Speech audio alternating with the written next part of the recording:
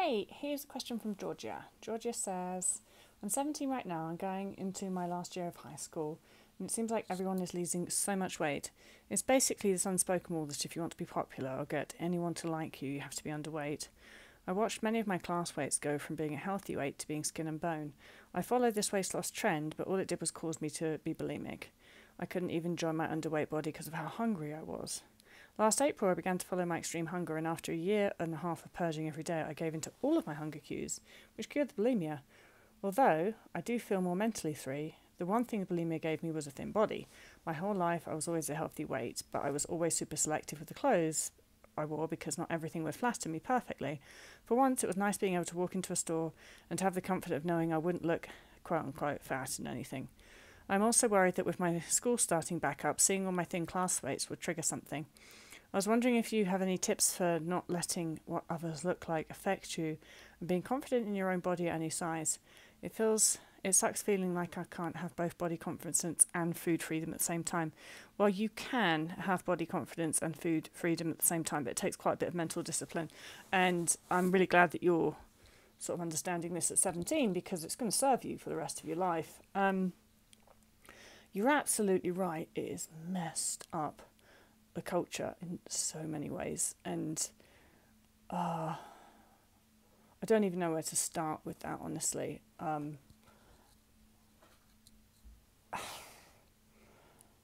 Anyway, so without trying to address all of the ways our culture is completely fucked up around bodies, especially female bodies, but not just female bodies, but especially female bodies, because that just opens so many different doors, especially in America. But without going into that, because we can't change that, right? Changing culture is something that we can change. I shouldn't say that. We can change it, but it will take decades. And it is changing, and it will change. But it's going to take a really long time. And you don't have time for that. You've got to do college now, haven't you? So you don't have time to wait for the culture to actually grow up and stop worrying about being thin. No. You've got to survive within it. And so the first thing that you have to do is what you've already done, which is recognise the problem. Bingo. You have already just sort of identified what is going to be a major trigger for you. And you've identified that you don't actually want to go back there. It's the main fucking thing. So you've identified the trigger, and that is almost as good as sort of fixing the problem. Because there's something that you said in here. I'm worried that with school starting back up, seeing all my thin classmates will trigger something. Well, it can and it will. So we can't control triggers, but we can control our reaction to those things. And so one of the main things that we have to do in order to have a sustainable recovery is to make ourselves what I call trigger proof. And that comes with the understanding that it is always a choice to be triggered. And what I mean by that is, sure, you could see someone super skinny and you could have the remnant of a thought neural pathway come up and say, oh, I should be skinny like that too, right? Can't necessarily stop that happening, but what you can then control is your actions that follow that. It is a choice. If you had that thought, it is a choice if you then decide to follow up on that thought by restricting food or purging or any of those behaviours that you know are not good for you. That is where your choice comes in. And so what we do every time a trigger comes up and we choose not to react to the trigger, what we're doing then is we're starting to train our brain that trigger is not important to us anymore. So our brain learns from our actions and our reactions. And so if your brain, every time it sees someone else skinny, and your brain goes, that person's skinnier than me, if that then results in the action of you taking a body weight suppression action, such as purging or restricting or going for a run or whatever it is, then by doing that action, you are teaching your brain that thought of that person skinnier than me was important. And the reason that you are teaching your brain that thought was important is because you acted on that thought. We have thousands of thoughts all the time, and most of them we basically don't even give the time of day because they're so dumb, or they're just thoughts and we don't even really consciously pay any attention to them. We certainly don't act on them. The thoughts that we act on, as far as your brain's concerned, must be important because you chose to single out that thought and act on it. Make sense? It is important, right? If you acted on it, you're teaching your brain that the thought's important. And so then, because you acted on that thought by going for a run or restricting or purging, then your brain's like, that thought must be important. I'll keep that in mind. And then, the next time you see an underweight person, your brain's going to go, quick, this is important. What's that important thought gone? Oh, here it is. I should be skinnier than that person. Boom, throws that thought at you. And then if you act on that thought again, your brain's like, oh, that thought is so important to my human.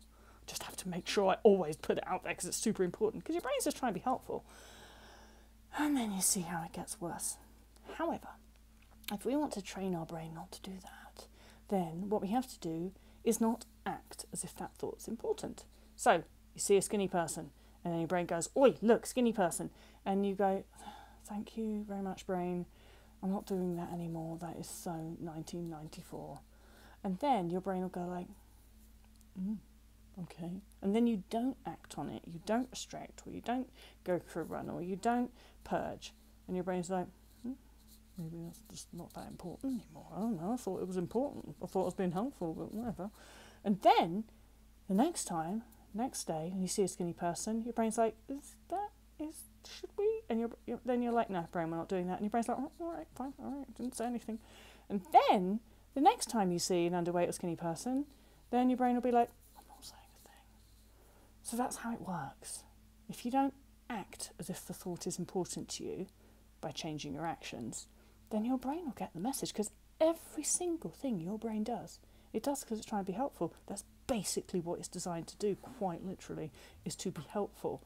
And so if our brains are doing anything, you have to look at it from your brain's point of view and be like, well, my brain's not doing this, not just doing this to be a pain in the arse. It obviously thinks that this thought is helpful to me. Now, how could I have trained it that? And how would I train it that it's not important to me? And so, anyway, this is a very long way round of saying you are in complete control of this situation, because you control your actions, and you will not relapse unless you choose to. You will not purge unless you choose to. And that is what you really need to understand, that every action you take, you had a choice to take that action. Your brain doesn't make you do anything. Your brain just makes suggestions. You're the one that then goes and does something. And if your brain's making suggestions, it's doing it just because you taught it to. And so with that, all of that understanding, you will then understand how you can teach your brain to be trigger-proof, how you can teach your brain to stop paying attention to things that would normally trigger you.